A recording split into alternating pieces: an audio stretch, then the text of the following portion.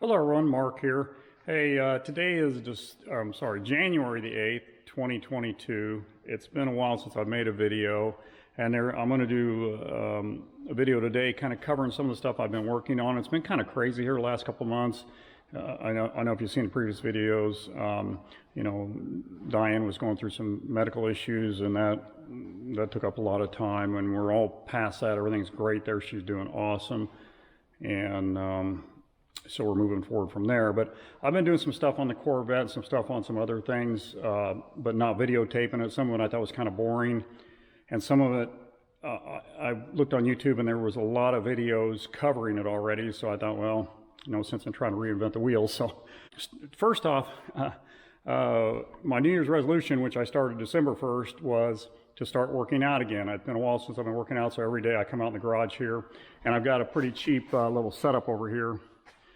Pretty basic weights and everything, and I just work out for about an hour every morning, and then 3 days a week I work at the police department, so I use their gym, which their gym is awesome. I mean, it's got about everything you'd want in there, so I get a really good workout 3 days a week, and the rest of the week I spend using what I have here, but it's better than nothing I look at. So, but anyway, while I was working out this morning, I was just kind of looking around the garage in between sets, and I noticed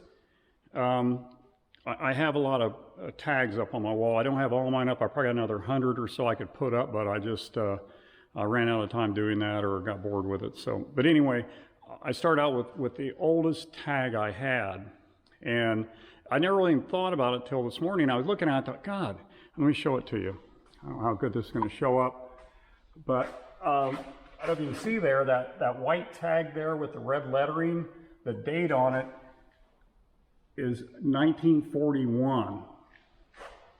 And I got to thinking about that, and I thought, I'm not sure how Florida did it in 1941. I'm from Illinois. The way we did it before we went to the renewable stickers on your tags, every January 1st, you got a new tag for the year.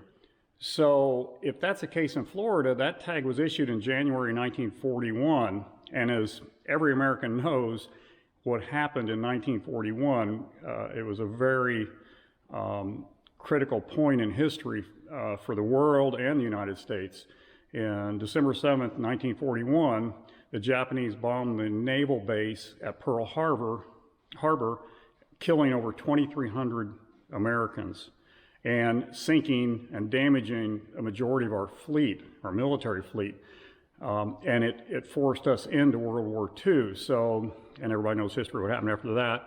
And then I noticed I also have a plate from 1945, and I'm thinking then that plate was issued the year the war ended.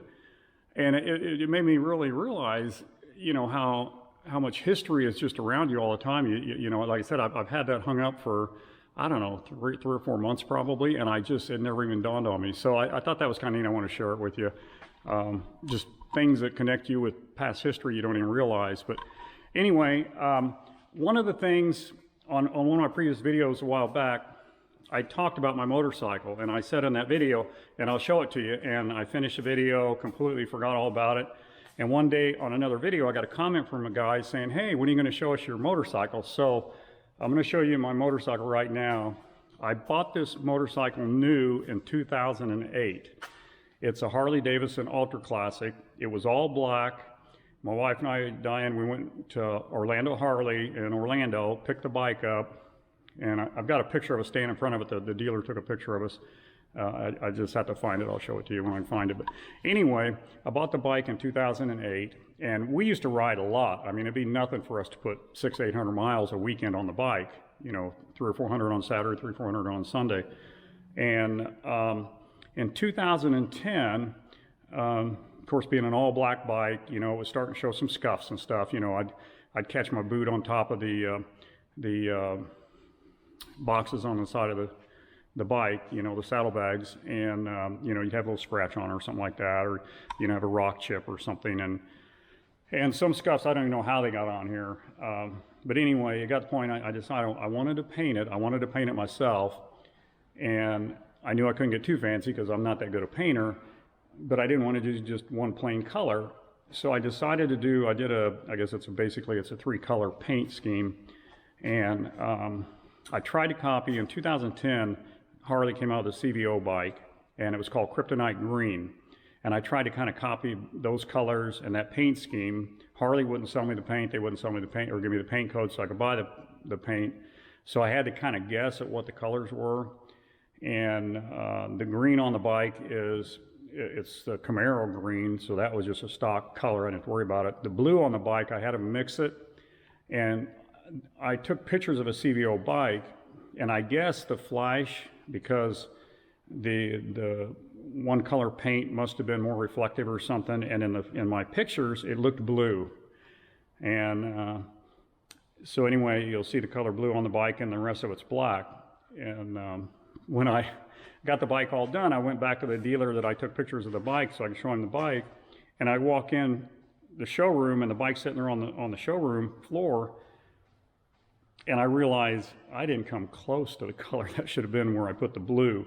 So it is what it is. I'm not real crazy about this color blue, but I thought it was correct at the time. And after I seen the right color, it just to me, it doesn't look as good as the bike could have looked. But anyway, I bought pinstriping brushes. I thought I would try to teach myself to do pinstriping. Yeah, I'm not that talented. My brother, he was a sign painter for years. I can show you a couple signs over here that he painted. And he does this freehand. And let me show you here, kind of sideways there. But we used to do woodworking back in Illinois. And I don't know if you can see that, but it's a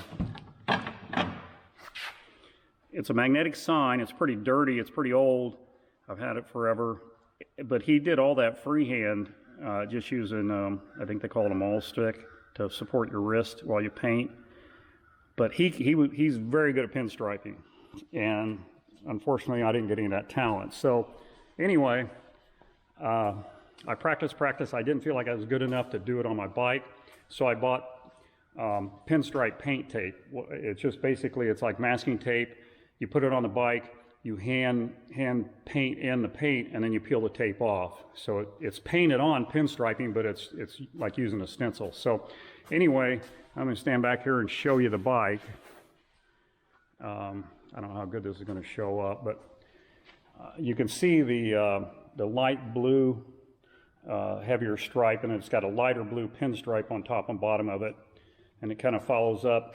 It's kind of neat how I don't know if I can really show it, but you can see how the paint follows into the side covers and on up, and supposed to follow the contour of the tank and everything. Now on the factory CVO bike, this was all painted black, but I just thought it was too much black on there, so I went ahead and followed the same kind of paint scheme. So I kind of wanted this line to kind of match up, you know, like it's matching up with this line down here. So anyway, I painted it, clear coated it, buffed it out. It's got a lot of mistakes in it. I learned an awful lot on this. First time I ever painted anything where I did multiple colors and pinstriping on something. I mean, I painted a lot of cars, but it was just, you know, a single color.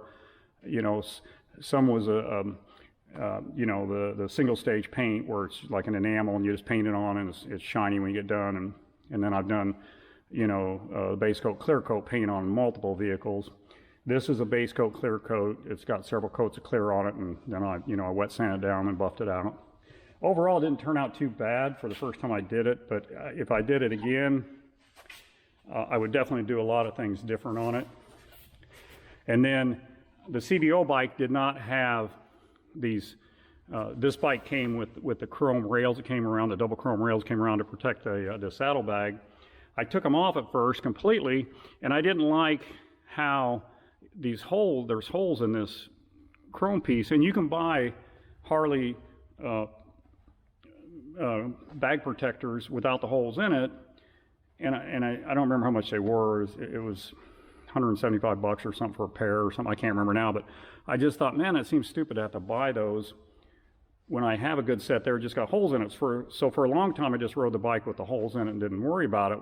Well, one day I was looking at it, it kind of bugged me, so I machined these aluminum, I call them aluminum bullets, and I clear coated them so they wouldn't tarnish, and they just screw in place of those rails, so it kind of finishes it off and hides those holes in those rails. But anyway, about a year and a half ago,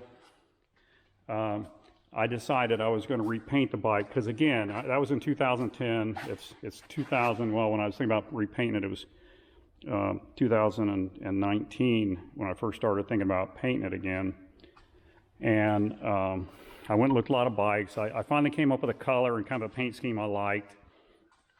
And then I started buying Corvettes and fixing them up and selling them, so this kind of got put on the back burner. But I would like to repaint it, and maybe in a blue with maybe gray or black shadows on it. So I'm not really sure what I'm going to do there yet. But anyway, this is my bike. Got let me see here. It's got 92,891 miles on it now. So it's ran fine since then. But it was kind of weird in 2010. I repainted the bike, plus I had to put a new motor in it. But anyway, I digress. The other thing I wanted to show you a little bit on what I've been doing on the Corvette. I've done quite a few little things on it. I don't know how well it's going to show up. It's sunny as all get out here, and I pulled it out. I got a 96 Jeep Cherokee Sport that I'm changing oil in the garage, so I pulled it out of there. But anyway, let me kind of walk around the car and tell you a little bit about what I've done to it since last time you guys have probably seen it. The first thing I did, there's a grill here in the front, and when it's mounted in the factory position, it sits way back in there. You can't even really hardly see it, and when you do look at it, it looks like it's not mounted correctly because there's a big gap on this red piece here, and the grill, it looks like it's pushed back in there. So I decided to make some spacers for it to move it out. And when I first measured from here back to the grill, I thought, oh, about 2.5 inches. So I made 2.5 inch spacers, put it in there, and I thought it still doesn't look right. So I thought, well, I'll do another inch spacer. So I made inch spacers, put between the 2.5 spacer and the grill, longer bolts, put it in there. It still didn't look right, so I put another inch spacer. So basically I got it spaced out 4.5 inches from factory, and it kind of puts it even. It's still back a little bit, but it's close to being even with the grill on each side. So I think it looks a lot better. It kind of looks like it all blends in. So if you guys have that same problem with your Vette, you might look at doing that. I put 4.5 inch spacers. I took some 7/8 aluminum round and just faced off each end and drilled and tapped them so I could make the spacers. But that was one thing I did. The next thing I did, these wheels on the car, I had to buy new tires. The tires look good, but one day I was backing out of the garage, and down in the bottom of the tread, they were cracked really bad. And if I hadn't had the wheel turned, I never would have noticed that, and they were bad. I mean, I'm surprised I didn't have a blowout. I've been out on the highway a couple times in the car running 60 miles an hour. And so the first thing I did, I went and bought new tires, had them mounted. And my chrome beauty rings and that center cap, they were pretty tarnished. So I took them off, and I have a stationary buffer, so I buffed them, and they turned out really well. I'm really happy with them. I was actually thinking of buying new, but I kind of hated to do that. These front ones are actually original beauty rings, and you can kind of see they are still kind of beat up a little bit. But I like the fact that they're original, and this is just a driver. It's not a show car, so I'm not too worried about a few little dings and stuff. Kind of gives it character, and it kind of makes me feel like, well, if I do actually bump them now against a curb, I don't have to cry because I put new ones on there. But you know, they still have little pits in them and stuff. But overall, they turned out very well. I repainted the rim itself with the proper silver, and now these back ones look a little nicer because this beauty ring is an aftermarket one. You can tell how it's rounded here. It doesn't have the little, there's a little lip on this right here on the original ones. But again, for a driver, I'm very happy with the way they turned out. And then when I first bought the car, the egg crate on the side of the car was all just silver. And I really didn't like that, but at the time, I wasn't sure how easy it'd be to paint those. So I was kind of going to let it go, and then I had somebody comment on one of my videos about it, that, you know, it'd look a lot better if they were painted to match the car, and I agreed with him, but I just didn't want to do it because I wasn't sure how I was going to do it. So anyway, I decided one day, you know what, I'm just going to try it. So I took them off, I took lacquer thinner, and I stripped all the silver metallic paint that was on them, and they were actually kind of chrome plated underneath. And I wanted to keep that outline, so I bought some 1/8 inch masking tape, put a round on everything, taped it off real good, and then sprayed it. And it actually, it turned out pretty good. The color isn't exactly like the car color. I'm not sure what the car color is to match it. So I tried several different red paints, spray paints, and this is actually paint to spray your brake calipers. It was the closest match to this car. And then I did the same thing here, and you can really notice the paint difference here because it's up in the sun so much. But I painted these pieces because I had to replace them. There was none on the car when I got it, and they came in just a silver. So I just sprayed them, and at a glance you don't notice it. Most people probably wouldn't notice unless I pointed it out. So it's good enough for me right now for a driver, because my goal, if I keep this car, I haven't decided yet. I love the car, and the more I drive it, the more I want to keep it. But I'm the type of guy that I like working on things, and when there's a lot of things to do in a car, I love it. And then when I get done with it, I kind of start getting bored with it, and I drive a little bit, and I think I want something else to work on, so I'll get rid of it and get something else. But I really, the more I drive this car, it's a really nice car. It rides great. Everything about it's just a nice car. So I'll probably end up keeping this for a while, and if I do, my plan is to repaint the car. I didn't paint it originally, and I'm not happy with the paint job, but it's good enough for a driver. I mean, it's not bad enough that I feel embarrassed to drive this. You know, I'll drive it the way it is, but if I keep it, that's my goal, and that's why I'm not too concerned about, you know, everything exactly matching everything right now, because if I do keep it, it's all going to be, and I can't think of the name of the green, but back in the early 70s they had, it was like Sherwood green or something like that. It's kind of a medium green metallic, and I really like that color, so that's what I want to go with. A couple other things I need to do yet on the car. I still need to fix the wiper door to make it work, and the wipers. And I replaced everything on the vacuum system for the wiper door except the wiper door solenoid that's on the back of the tack. And I didn't replace it at the time because I tested it and it tested good. The terminal's a little loose in the thing, but it tested fine. So everything else has been changed. Everything else has been replaced brand new in it. All the lines, all the switches, the vacuum relays, the actuator for the door, everything, even like the light switch for the lights, that's all new. So the only thing I didn't change was that relay. I got it in, I'm going to change it, but you have to take the dash out to get to that. Well, you don't have to, you can get to it without that, but I'm going to take the dash out to make it easier, because I need to take it out for my speedometer too. It's got the original speedometer in it, and I took it apart, cleaned it. It wasn't working right when I first got the car. It works now. It's about 3 miles an hour off. If you're running 55, you're actually going about 58. But that doesn't bother me because I can adjust for that. But the problem is the odometer doesn't work. When I had it all apart, one of the gears was stripped out in it, and I can't find anywhere I can buy just that gear. So I just went and bought it's a reproduction speedometer.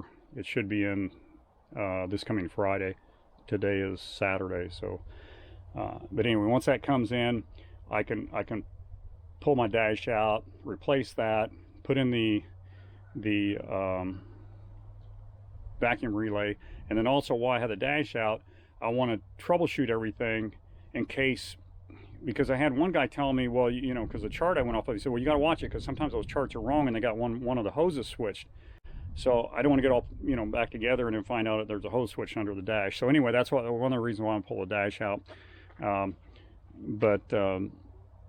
want to do all that at once, because this will be the third time I've pulled the dash out, and if any of you guys have worked on a C3 and pulled the dash out and tried to put it back in, it's a pain. There's so many wires and vacuum lines, and nothing fits easy. It's all tight, and it's hard to get in there to hook things up while you're trying to hold the dash out to push it back and everything. So I don't want to do it anymore. So, but anyway, that's something I want to do. And also on my windows, the driver's side, I had to adjust them both. They weren't fitting correctly, and I cannot get the driver's side adjusted. It's got stops, and you can adjust the rails and everything, and and move that window wherever you want it, but it won't move far enough, and I don't know what I'm doing wrong. There's stops when you roll the window up that hit against the rollers, and you can adjust those stops up and down to stop how far up and down it goes, or how far up it goes, and also down. There's some on the bottom too, but the ones I'm messing with are on the top. And I'll show you here on the window. I don't know how well it's going to show up, but you can see this gap right here. I can get my finger in it, okay? And I can't get the window to go up on this end enough to fill in that gap. And I know part of it is, looks like my rubber might be sucked away. I might have to replace the rubber on the T-top, but it's definitely something wrong with the window coming up. And I've got the stop backed off probably half an inch from touching that roller, so I know the stop's not stopping anymore. I tried adjusting the tracks, everything to move that window around, in and out. I mean, there's a million different adjustments you can do with it. I cannot get that to fit right, so I'm gonna have to take my inner door panel off again on this thing and tear into it. And I haven't decided yet. This window, I don't know if you can see that, that's scratched into the outside of the glass. It must have, there must have been something down in the door at one time, or maybe it's still down in there. I might have to check. That's scratching that as it goes up and down. And this is still the original glass. It's still got the Astro ventilation sticker on it, and the date codes and everything. But again, it's not a show car. I can get just a reproduction glass a lot cheaper than I can get the date stamped glass and everything. So I'm kind of holding off a little bit because I'm trying to decide if I want to just not worry about it, because usually when I'm in the car I have the windows down. Right now the air doesn't work. I'm going to put a vintage air system in it, but I got to decide if it's worth spending almost $300 for a piece of glass that you'll never see when I'm driving the car. So I might just leave it like that and drive it for now. It's one of those things that can always be done down the road. You can see on this side fit really good. I got it up nice and tight and everything. It's sealing good, but for the life of me I could not get that other side to come up. So that's some of the stuff I've been doing on the Vet. I'm getting ready to work on the wipers, work on the under the dash, getting the speedometer and everything. And the other thing I want to do, and again, I know this isn't period correct, the 71 Corvettes, and let me pop the hood, I'll show you. It'll be easier to show you than kind of explain it. But it's the valve covers.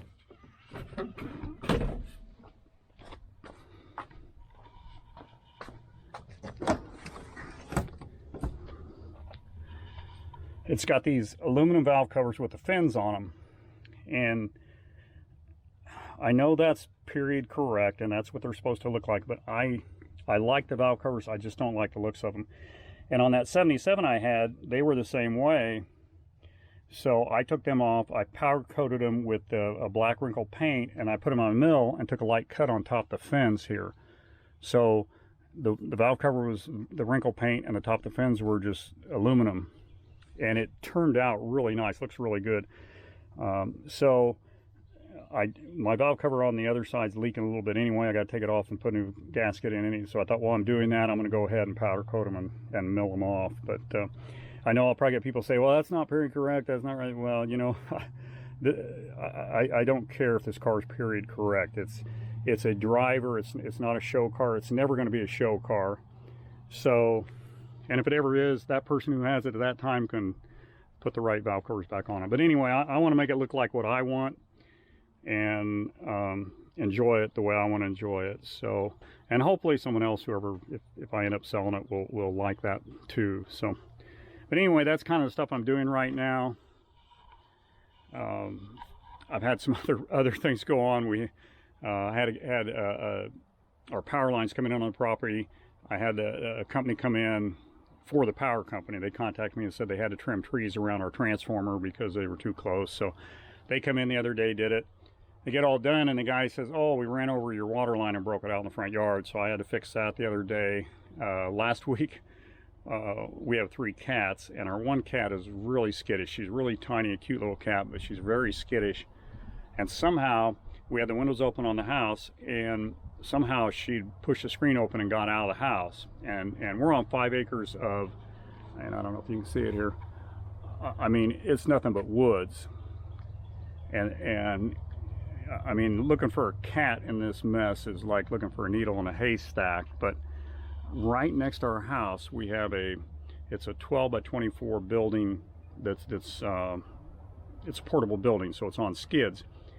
And I looked underneath there the first day we realized she was missing, and it was so dark under there I couldn't really see much, and so I didn't think she was under there. And so the next day we come out and I'm looking all over, and Diane looks under the building again, and she finds the cat. Well, she's right in the middle under the building. We can't reach her, can't get anything in her to poke or prod her to get her to move.